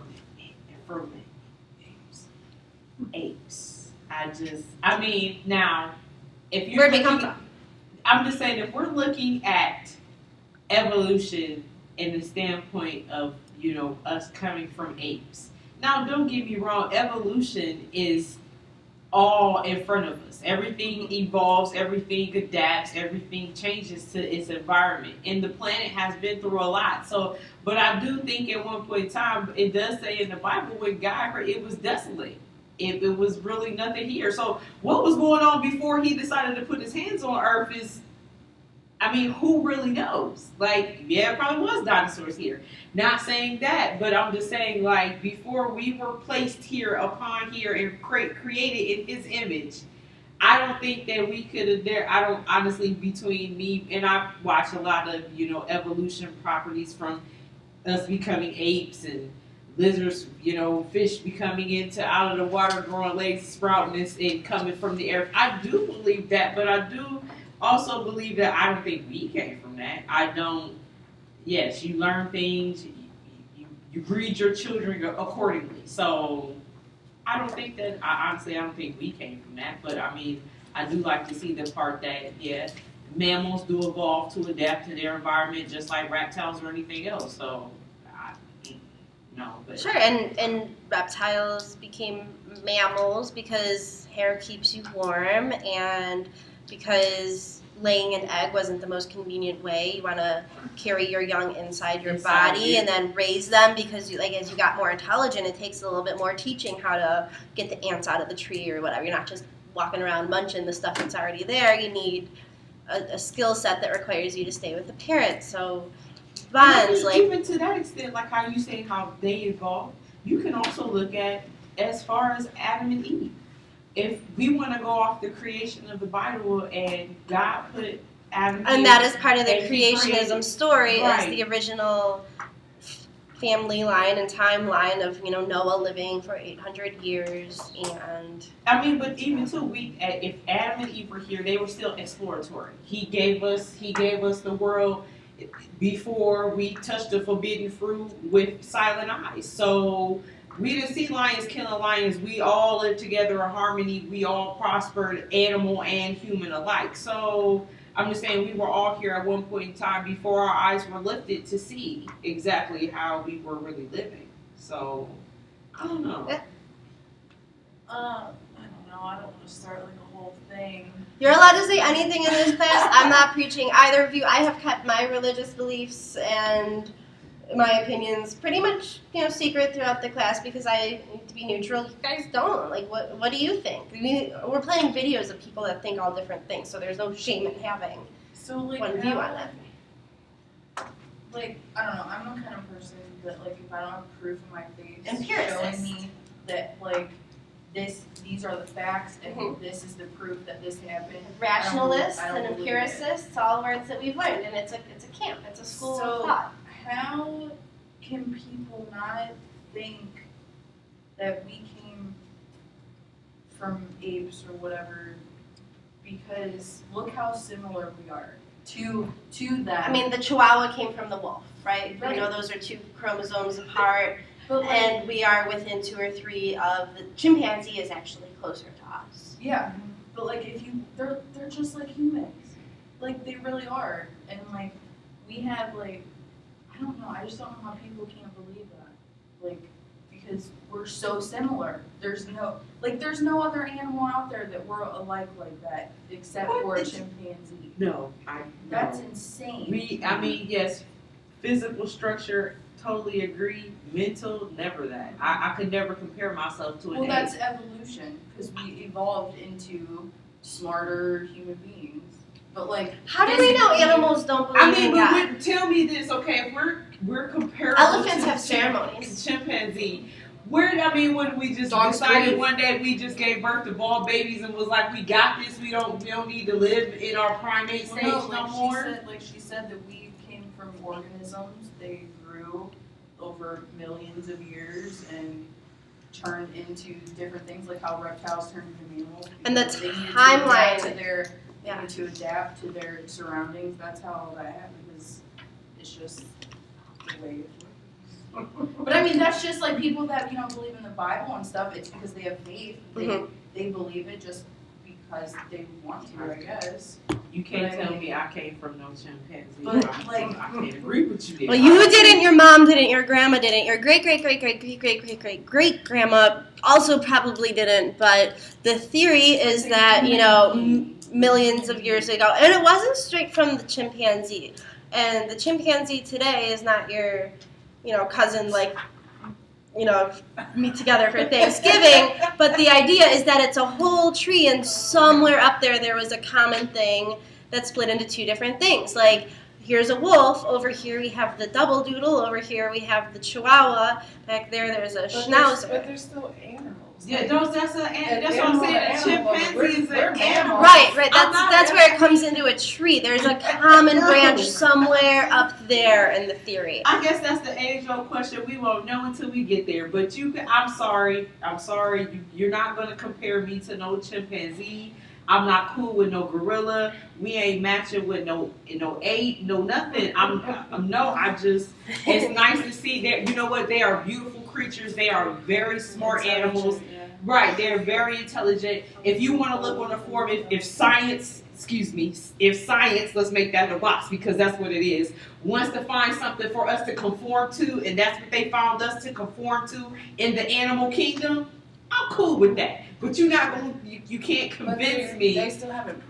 You can't, right, ain't nothing is proven to me. I want to see, now let's bring out the science. I want to see some bones. Did we come from cavemen? I want to see. What about Neanderthals?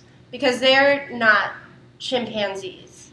They wore clothes, they had fire, they had tools. They also had bigger skulls, wider jaws, and more hair. What about Neanderthals? Where do they fit in? Yeah, and then you see, like, in our bodies, we still have, like, organs that they used, like... Well, yeah, and we have the progression that they where... needed, but now we don't need them because, I would go off the aspect of us being more closer to Nathaniel, to the caveman than to the chimpanzee. But I could just say I would say the caveman, key more point is because the caveman lived in the family, they hunted together, they clothed themselves, they gather. I would believe that's more human step. Well, the diagram of evolution, doesn't it go chimpanzee kind of walking upright, and then there's a caveman, and then there's somebody totally walking upright, and then there's grandpa in his business suit. But even to the chimpanzee and to the caveman, from the ape to the caveman, somebody need to fill in that gap. That's all. I mean, y'all got the point, but I still ain't seen nothing to fill in that gap. So you can make a chart all you want to, but until you fill in that gap from when we lose fur to start covering ourselves, then okay. Well, it got cold. It got kind of cold. I'm just saying, why would we lose our fur if we were cavemen? We were living with mammoths. That was like the Ice Age. That was where I would have needed my fur. Why would I want to lose my fur if I'm coming from transitioning from an ape to a caveman? Why would I want to lose my fur? I want to keep my. It was mammoths. It's proof. They were here. They had fur. They were elephants. They were a descendant of the elephant family. They had fur. The mammoths ain't lose their fur. They knew that it was coming. Why would I want to give birth to a baby that ain't got, my baby gonna die?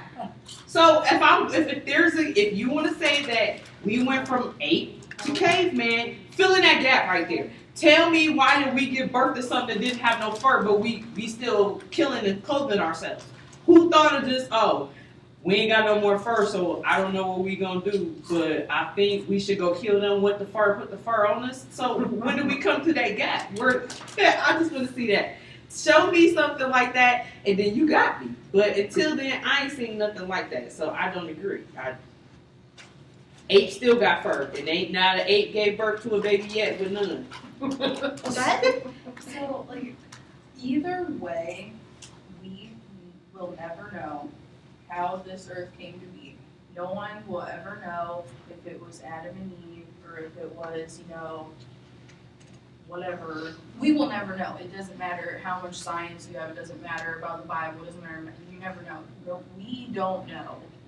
But, I mean, when you have facts, like dinosaur bones, showing how old they are, I mean, you can't argue that. When there's facts. There but are you're people that argue never it. know. There are people that do. But that doesn't make sense, though. If it's right there. Oh my God! I encourage you to watch some of the debates. And I mean, if you feel strongly on one side or the other, it's an interesting debate here. Let's see, Bill. Yes. One before we leave off of that, but with the dinosaurs, I think dinosaurs are believable. I don't see why wouldn't they be. Right, but they just don't fit into the creationist theory of how the world was created. Why wouldn't they? Because they literally believe that the Bible was created in that the world was created in 7 days. But no, maybe the earth was created in 7 days for us. Yeah. How do we not know that what the earth was created? And that's cool. You're open to other views. The creationists want the literal interpretation. The literal from God. They want that taught in Texas grade school. Days, but I'm just saying, why wasn't it not being prepared for it? That's true. Our timing and God's timing is different. Just like And they don't believe that. They're not open to these interpretations of that. They are spot on this. And that's where, like, any, well, I mean, in my view, a more rational religious person is open to the use of metaphors and analogies, and that humans wrote this, and that there's elements to the story that still enhance our lives without us having to take it literally. But they take it literally, and they want it taught. And Bill Nye is very upset about it. And by the way, my job is not to convince you of evolution or not. I'm a critical thinking teacher. Mm-hmm. I'm here to teach you to think about it, to argue about it. I want these different points here because I want you to think deep into yourself, like, why do I think this? How could I support it? How can I make an argument for what I believe? How could I persuade others? Because going forward, to be successful people and to get your awesome ideas across, you need to be able to persuade. So at every point in this class, I literally don't care what you think. I just want you to think. That's what we're here to do. So don't be afraid to argue on these points. I like Bill Nye design. He's great in his old age. He's still kept with like the same generation. It's not like his kids like him anymore, but the people that grew up with him, he's now doing more advanced stuff, and we're like, oh yeah. Sort of like Bill Nye and Bob Martin and Reading Rainbow. Can we hear this? So, I mean, you could say Japan, but generally the United States. Let me start him over. The world's most advanced technological. So, I mean, you could say Japan, but generally the United States is where most of the innovation still happens. People still move to the United States, and that's largely because of the intellectual capital we have, the general understanding of science. When you have a portion of the population that doesn't believe in it, it holds everybody back, really. Evolution is the fundamental idea in all of life science, in all of biology. It's very much analogous to trying to do geology without believing in tectonic plates. You're just not going to get the right answer. Your whole world is just going to be a mystery instead of an exciting place. As my old professor Carl Sagan said, when you're in love, you want to tell the world. So once in a while, I get people that claim they don't believe in evolution. And my response generally is, why not? Really, why not? Your world just becomes fantastically complicated and you don't believe in evolution. Here are these ancient dinosaur bones or fossils. Here is radioactivity. Here are distant stars that are just like our star, but that are at a different point in their life cycle. The idea of deep time, of this billions of years, explains so much of the world around us. If you try to ignore that, your worldview just becomes crazy. It's just untenable, itself inconsistent. And I say to the grown-ups, if you want to deny evolution and live in your world that's completely inconsistent with everything we observe in the universe, that's fine. But don't make your kids do it, because we need them. We need scientifically literate voters and taxpayers for the future. We need people that can, we need engineers that can build stuff, solve problems. It's just really a hard thing. It's really a hard thing. You know, in another couple centuries, that worldview, I'm sure, will be, just won't exist. There's no evidence for it. So. Okay, so there's one view on it, and I mean, obviously he buys the whole caboodle evolution, all the science. I don't know if he believes in God or not, but what he's saying is I like the video. That we shouldn't teach children that the world is only, well, there's the 2014 years since Jesus, and then like the, 1,500 before that. We can't teach people that the world is only 3,000 some years old, because we need a view of science to be able to be forward-looking and tackle things like climate change and volcanoes and predicting earthquakes, and all of these important premises lie in understanding how the Earth has changed over millions of years and the speed that it does, and what to expect from the solar system and space exploration and all these valuable things that you would lose if you took the Bible on its word without looking at carbon dating, without looking at astrology, without all these other things. So, but I think that his video is completely, totally true. I'm not saying that. Well, because you're in the middle. You're not. I'm not. Yeah, but I love science and I love my faith. But I'm just saying that's where, if you believe in your faith and you know in your faith, if you really truly are in your faith and you pray every day and every night and every waking moment, that at some point in time, science is true. They have research. They have evidence. Sorry, yeah, that was kind of. They have evidence, but at the same time, I think that God gave us a choice. He wants us to not find the answers, but He gives us just enough to know and just enough not to know. Some things, even just us as human beings, are just best left unsaid. And there's nothing wrong with that. I don't think there's nothing wrong with that. I mean, but our children, our future, yes, choices is great. That's why we are who we are. We make choices. And I think that's if God didn't make us the way we are, and if we are created in His image, I'm pretty sure He made choices and had things to deal with too. So why not give something that's created in my own the choice to do what I need to do? People, you made a choice to be a lawyer. It was something in you that made you feel so strongly about that. So that does not define, and that's not even religion involved with that. That's you defining you, who you want to be. So everybody's definition of themselves is totally different, and I believe that. Like, yes, have a choice. You want to keep researching? Do that. You want to teach? Teach. You want to learn? Learn. I don't think what's wrong with that, but at the same time, I just think, like, yes, religion can be underlining towards science, but both of them, too, they go hand in hand. I think they do. We have some examples that people brought in who did that. Okay, let's talk about these before move forward, because we kind of got to the end of our. Mine is the Wheel of Fortune, where every spin lands on bankrupts, and there's a little stick figure guy that says, this can't possibly be evolution, there are too many gaps. And then there's another little guy that said that means the answer to the puzzle is creation. And I think that, they pretty much both groups fight against each other on the sense that they really do feel the need to poke holes in each other's theories just because their theory is the right theory. Is it a false dilemma? It's a false dilemma. One or the other? No mixing in between? Right. And that's what, I feel honesty, we do have characteristics of, different animals. But then if you look at like what I was talking to you about, some animals do have emotions. And when I was a dog trainer for 3 years, I seen, this guy brought his dog in and his other dog had just passed away. This dog used to be full of life, and now this dog is like really sad. And you can actually see that in an animal. And we have characteristics with the animals. However, I believe like she does, there's that big gap in between, like where's this evolution, where's this Some trying people to... think aliens came and implanted us with special DNA, and that's why we're more innovative. Yeah, there's so many different theories, but, it all breaks down to the same thing in my book that, my faith is what, and it's not just because I was taught that, because in all honesty, when I was in high school, I could have told I didn't believe nothing. Tell me this, explain the unexplainable. Tell me when you hear stories of people being saved or rescued and some mysterious being comes and helps them.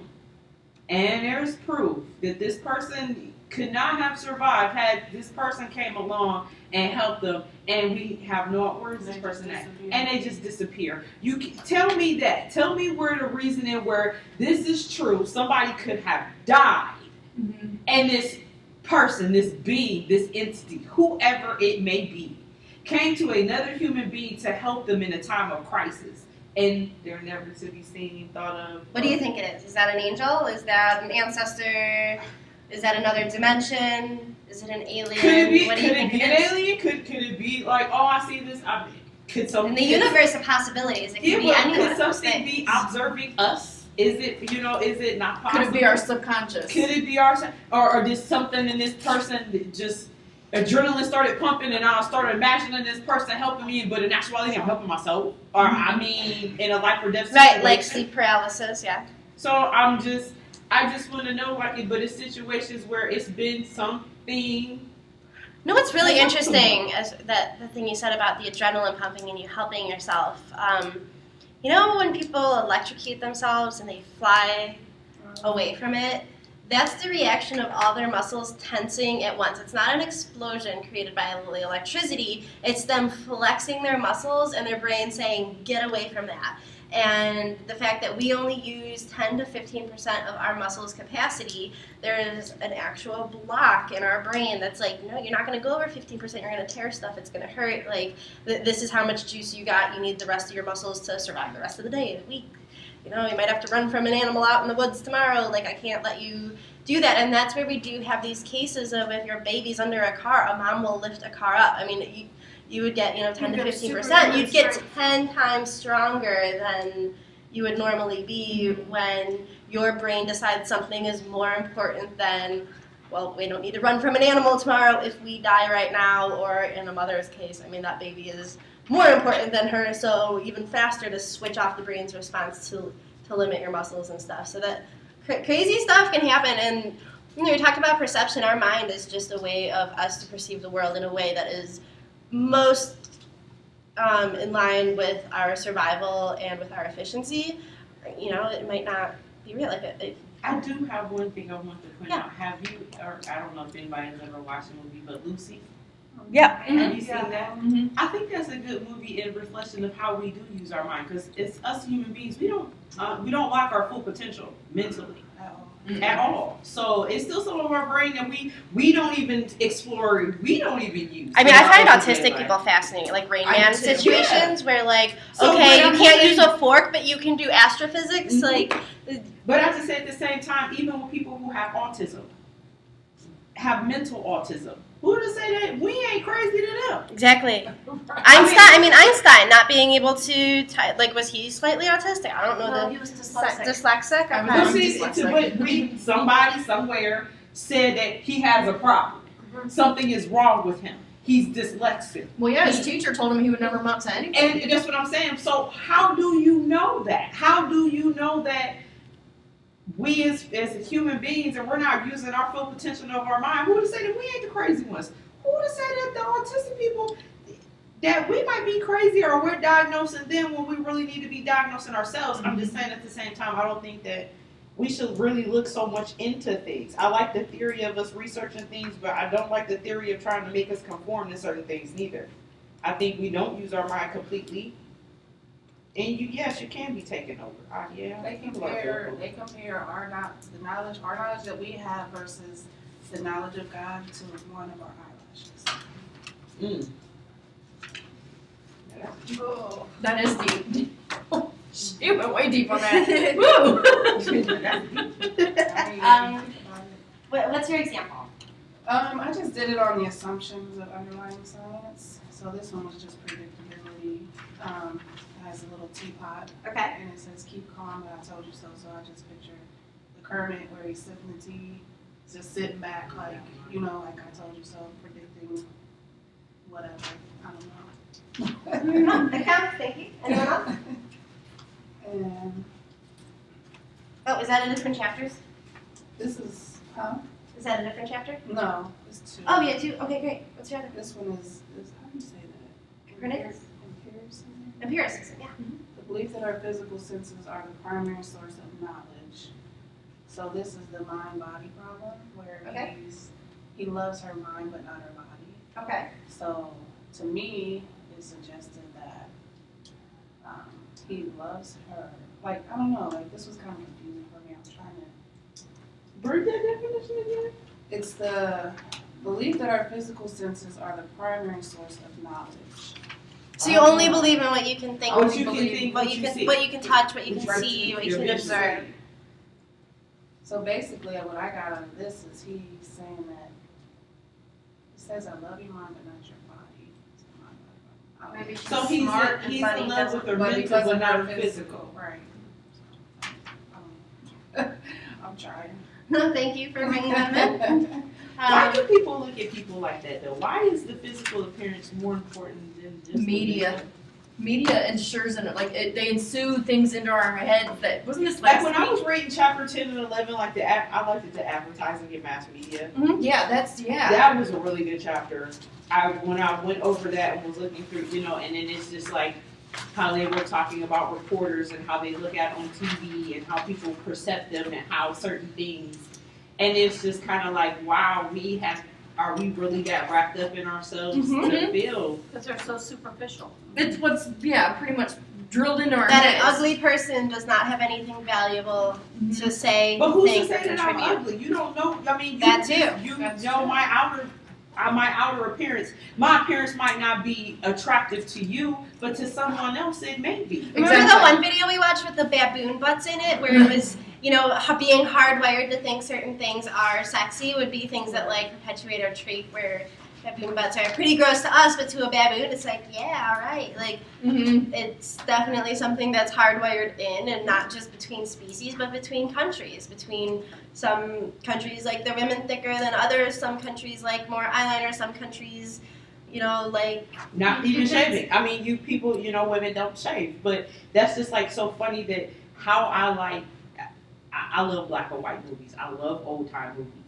And the one thing about old time movies is that how society today is kind of representing the invention when television was there, in the 20s and the 30s, and how thicker women in the 20s and 30s were considered attractive versus there was a depression going on.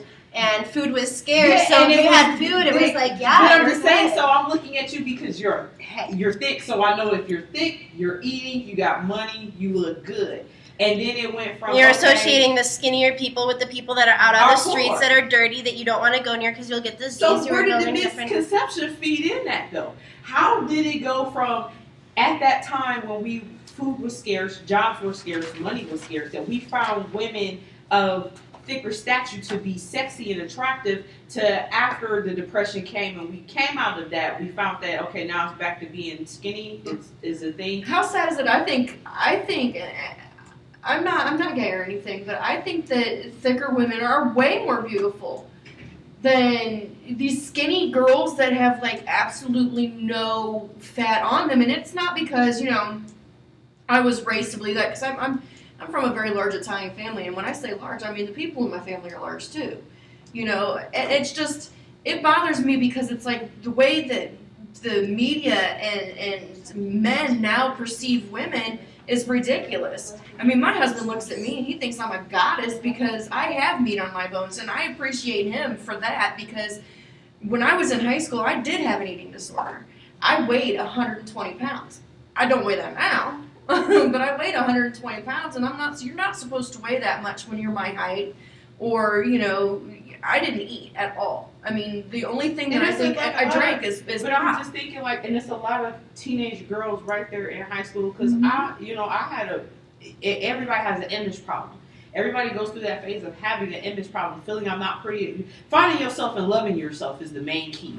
But it's just like, I think that once again, media and people is like it was in the chapter about big corporations dictating the media, dictating what's going on, what we view in society, dictating our news. When I was reading that part about them dictating our news, it just really made me mad because it's true. They publicize more things about Kanye and Kim Kardashian and what she wearing to some interview versus more media about what's going on in the community, what's really happening. So I think and then you got the body image issue, and I think that we are all beautiful. And just if you don't promote self-love, you won't get self-love. And you have girls or women walking around with issues. Like, it's not cool. And even young guys walk around with issues if you don't dress a certain way or if you don't feel a certain way. Because I'm raising a young man that they don't just as much as through any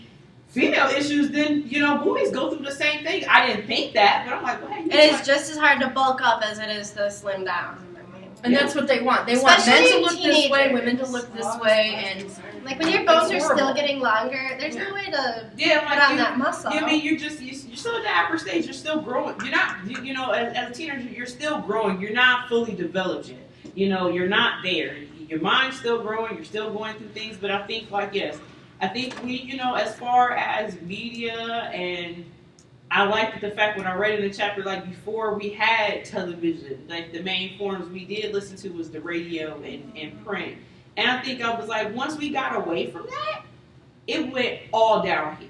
I think values and everything, when we got away from television and radio and elevating ourselves as people, and throughout time, I think like a lot of things that we got away from, it did take away. It did take away from that family structure, being taught at home. And when I was reading that in that chapter, I was like, that is so true. Because mom and dad came down, you sat and had dinner. I mean, it was like family dinners, and it was really hard. Even when I was growing up, we still had family dinners. Like, now you don't even see a lot of people having family dinners. Fast food, is internet involved, you're not having phones, phones and everything. So I think we have just fell into the media, abyss.